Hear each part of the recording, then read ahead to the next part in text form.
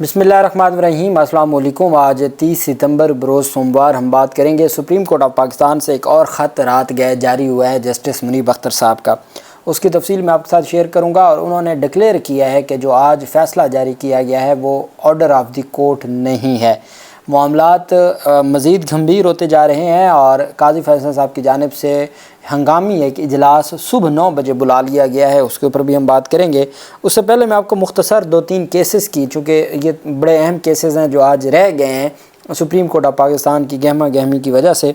ایک تو پاکستان تحریک انصاف کے سربراہ عمران خان اور بشرا بیگم کی توشہ خانہ 2 کیس میں FIA مقدمے میں جج شاہ رخ ارجمند صاحب نے اس ضمانت کو، عبوری ضمانت کو خارج کر دیا ہے، ضمانت بعد از گرفتاری کو خارج کر دیا ہے۔ اور میں حیران ہوں کہ کیسے معزز عدالت نے ایسا آرڈر کیا ہے کہ جو گرفتاری ہی ایک نیب کے کیس میں ہوئی تھی، نیب کا کیس ختم ہو چکا اور وہی گرفتاری کنٹینیو رہی، تو وہ تو پوسٹ ریسٹ بیل کا سب سے اہم کیس تھا، چونکہ ابھی یہ معاملہ اس میں جو انکوائری تھی یا تفتیش تھی وہ جاری تھی، لیکن عدالت نے خارج کر دیا۔ اور بہتر ہوا کہ اب وہ معاملہ اسلام آباد ہائی کورٹ جائے گا اور اسلام آباد ہائی کورٹ پھر اس کو فائنلی ڈیسائیڈ کرے گی۔ دوسری طرف پاکستان تحریک انصاف کے 18 رہنماؤں اور کارکنان کو ایک اور 9 مئی کے مقدمات سے بری کر دیا گیا ہے میرٹ کے اوپر۔ عدالت نے شوکت یوسف زئی سمیت 18 ملزمان کو 9 فروری مقدمات سے عدم ثبوت کی بنیاد پہ بری کر دیا ہے، اور 9 فروری واقعات پر یہ مقدمات پشاور میں درج تھے، جس میں عدم ثبوتوں کی بنیاد پر مقدمات درج کیے گئے ہیں۔ پاکستان تحریک انصاف کے سربراہ عمران خان کی جو 12 مقدمات میں ضمانت ہے، 8 مقدمات میں ضمانت تو آگے بڑھ ہی نہیں رہی چونکہ جج چھٹی پہ ہے۔ 4 ضمانت کی درخواستیں دوسرے جج صاحب کے پاس، انہوں نے 7 اکتوبر تک سماعت ملتوی کر دی ہے، چونکہ جو ان 4 مقدمات میں پروسیکیوشن بحث کرنے کو تیار نہیں ہے۔ پھر کہتے ہیں جی کہ عدالتوں سے سزا نہیں ہوتی، آپ ابھی تک نہ چلان جمع ہوئے، نہ ٹرائل آگے بڑھ رہا ہے، نہ آپ ضمانت کی درخواستوں کو آگے بڑھنے دیتے ہیں، اور یہ ایسے ہی سلسلہ جاری ہے، اور پتہ نہیں یہ کب تک سلسلہ جاری رہے گا۔ خیر، 8 مقدمات میں تو ابھی آپ سمجھیں کہ وہ جج ہی نہیں اپوائنٹ ہوئے، باقی تمام دہشت گردی عدالتوں کے جج اپوائنٹ ہو گئے، یہاں نہیں جج اپوائنٹ ہوئے، پہلی بات۔ دوسری بات کہ معزز عدالتوں کی جانب سے جو ایک بڑی پیش رفت سامنے آئی ہے وہ یہ ہے کہ 4 کیسز کی حد تک عدالت نے 7 اکتوبر کے لیے آخری موقع دیا ہے پروسیکیوشن کو کہ وہ بحث کر لے۔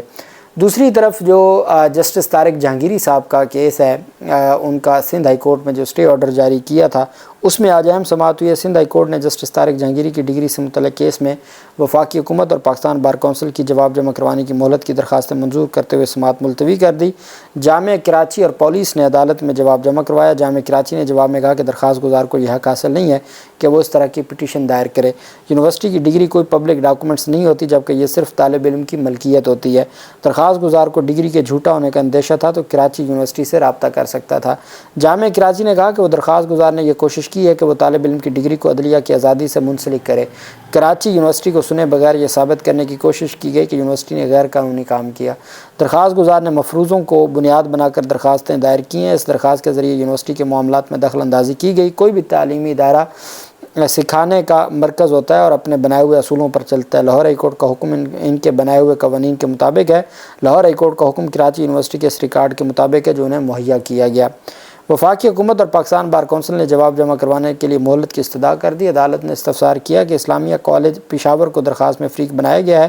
درخواست گزار کے وکیل نے موافق بنایا کہ ان کو بھی فریق بنا رہے ہیں۔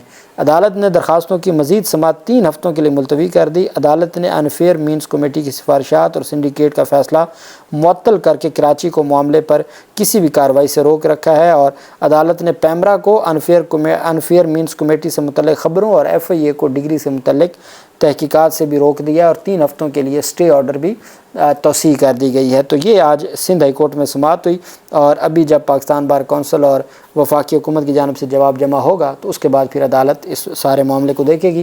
اس میں اسلام آباد ہائی کورٹ بار ایسوسیشن اس میں ہیں، درخواست گزار ہیں، اور کراچی بار ایسوسیشن بھی ہیں، اور ساتھ سینئر وکلا بھی ہیں۔ دوسری طرف جو اہم پیش رفت سامنے آئی ہے وہ عمران خان سے متعلق جو محمد اکرم تھے سابق ڈپٹی، ان کی گرفتاری سے متعلق اور ان کے اغوا سے متعلق جو معاملہ تھا اس میں آج اہم سماعت ہوئی ہے، اور عدالت کی جانب سے آج یہ کہا گیا کہ جی کس طریقے سے وہ کہاں ہیں اور کیوں لاپتہ ہیں۔ وزارت دفاع کی جانب سے بھی رپورٹ دی گئی اور وفاقی حکومت نے بھی رپورٹ دی کہ محمد اکرم ہماری کسٹڈی میں نہیں ہے۔ اب میڈیا کے اوپر یہ خبر چلی ہے کہ جی وہ گھر پہنچ گئے ہیں، لیکن ان کی جو وکیل ہے ایمان مزاری، ان کی جانب سے تردید کی گئی ہے۔ لیکن لاہور ہائی کورٹ نے اس کارروائی کو آگے بڑھاتے ہوئے حکم دیا ہے کہ ہم ان تمام معاملات کو دیکھیں گے اور ہر صورت ان کو گھر آنا، ان کو گھر آپ پہنچائیں، ان کی بازیابی کروائیں۔ تو یہ بھی آج عدالت میں۔ اس کے علاوہ بھی کافی کیسز ہیں۔ میں اب آ جاتا ہوں جسٹس منیب اختر صاحب کے خط کی طرف، چونکہ اہم ڈیولپمنٹ سامنے آئی ہے۔ آپ جانتے ہیں قاضی فیصل صاحب نے خط لکھا، میں نے آپ کو بتایا تھا کہ یہ خط جو ہے یہ کورٹ آرڈر نہیں ہے، یہ کورٹ آرڈر اس کو آپ نہیں کہہ سکتے، چونکہ بینچ جو کیس مقرر کیا گیا تھا وہ 5 ججز کے بینچ میں مقرر کیا گیا تھا۔ جب 4 جج بیٹھے ہیں تو وہ بینچ نہیں ہے، وہ کورٹ آرڈر نہیں ہو سکتا۔ پھر اس میں لکھا جا رہا ہے کہ پریزیڈنٹ ہیں منیب اختر، تو وہ بھی نہیں تھے، پھر ان کی جگہ دستخطوں کی جگہ پہ بھی ان کا نام لکھا گیا ہے۔ اب اس فیصلے میں لکھا گیا تھا تحریری حکم نامے میں کہ رجسٹرار صاحب آپ یہ جو فائل ہے یہ آرڈر ان کے پاس لے جائیں اور منیب اختر صاحب سے کہیں کہ وہ اس آرڈر کو مد نظر رکھتے ہوئے مہربانی کر کے کل بینچ میں بیٹھیں۔ اگر وہ نہیں بیٹھیں گے تو پھر آپ نے فائل رکھ دینی ہے کمیٹی کے سامنے اور کمیٹی سارے معاملے کو دیکھے گی۔ I am in receipt through my SPS جو ہوتے ہیں ان کے سیکٹری ہیں at around 3 PM today of the following note from you کہ رجسٹرار سپریم کورٹ کو کہا کہ آپ کی طرف سے یہ نوٹ میں نے پڑھا ہے۔ وہ نوٹ جو آخری پیراگراف ہے اس آرڈر کا جو تحریری حکم نامہ میں نے آپ کو پڑھ کے سنایا تھا، وہ انہوں نے لکھا، کہتے ہیں کہ if approved the instant a note along with certified copy of order may be forwarded to SRPS to the honorable judges.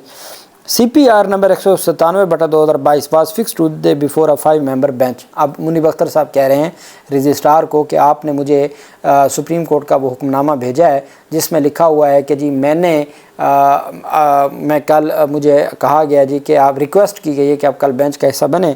کہتے ہیں میں نے وہ آرڈر دیکھا اور یہ بینچ تھا 5 رکنی۔ منیب اختر کہتے ہیں کہ یہ 5-member بینچ تھا which included me، جس میں میں بھی شامل تھا۔ As per para 2 of the above note, a certified copy of the order purported to have been made in the CRP has also been forwarded to me۔ اور جو اس case میں آج کی سماعت کا تحریری حکم نامہ ہے اس کی سرٹیفائڈ کاپی بھی مجھے بھیجی گئی ہے۔ That purported order clearly shows that the matter was as listed to be fixed before the 5-member bench۔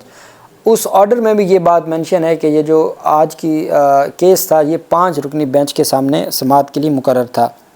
However, I did not participate in today's hearing، لیکن میں نے جو 5واں ممبر ہوں میں نے آج کی اس میں شرکت نہیں کی۔ And it appears that 4 learned judges، the Chief Justice، Justice Amin Uddin Khan, Justice جمال مندوخیل اور مظہر عالم میاں خیل، sat in court، وہ عدالت میں بیٹھے، and conducted the hearing of the CRP۔ I am at a loss to understand، میں ناکام ہو گیا ہوں یہ سمجھنے میں، there is as to how the 5-member bench constituted in terms as set out in my earlier note sent to you today you could be converted into a 4-member bench۔ میں حیران ہوں کہ میں نے جو نوٹ بھیجا تھا آج 5 رکنی بینچ کے حوالے سے وہ 4 رکنی بینچ کیسے بن گیا، میں حیران ہوں۔ At the end of the purported order there is a space for 5 signatures and that where I would have signed is obviously blank۔ میرے جو سائن کی جگہ ہے وہ بلینک ہے اور باقی سائن ہوئے ہیں، تو اس میں بھی 4 ججز کے سائن ہیں۔ therefore prima facie، واضح طور پر، and until and unless some further information or record become available to me, I must regretful conclude that what you have sent to me، registrar صاحب جو چیز آپ نے مجھے بھیجی ہے in terms of para 2 of your note is not and cannot in law be a judicial order۔ جو آپ نے مجھے سرٹیفائڈ کاپی بھیجی ہے نا وہ جوڈیشل آرڈر ہے ہی نہیں، قانون کی نظر میں وہ آرڈر ہی نہیں ہے۔ 4 judges could not have sat and heard the matter that was listed before a 5-member bench۔ جو کیس لگا ہی 5 رکنی بینچ کے پاس تھا اس کے اوپر 4 ججز نہیں بیٹھ سکتے تھے اور اس کیس کی سماعت نہیں کر سکتے تھے۔ 4 judges cannot have sat and heard the matter that was listed before a 5-member bench۔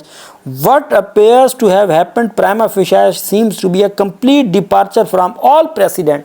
جو آج ہوا ہے کہ 4 رکنی بینچ بیٹھ کے تو آرڈر کر رہا ہے، یہ آج تک کے جتنے بھی پریسیڈنٹ ہیں یہ ان کی خلاف ورزی ہے۔ ایسا کوئی پریسیڈنٹ نہیں ملتا کہ 5 کیس 5 رکنی بینچ میں لگا اور 4 ممبر بیٹھ کے اس کو سنیں۔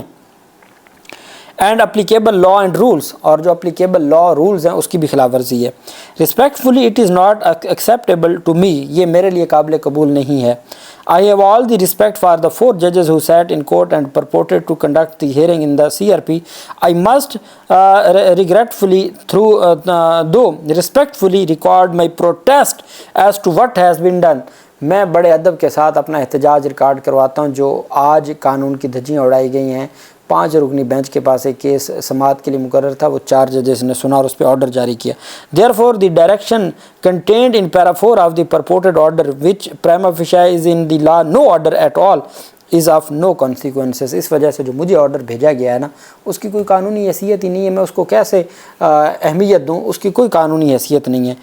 I show respect to the 4 judges and respond to their query in the circumstances. I believe that the only response that I can give in the available facts and circumstances is to once again draw attention to my earlier note of today address to the registrar.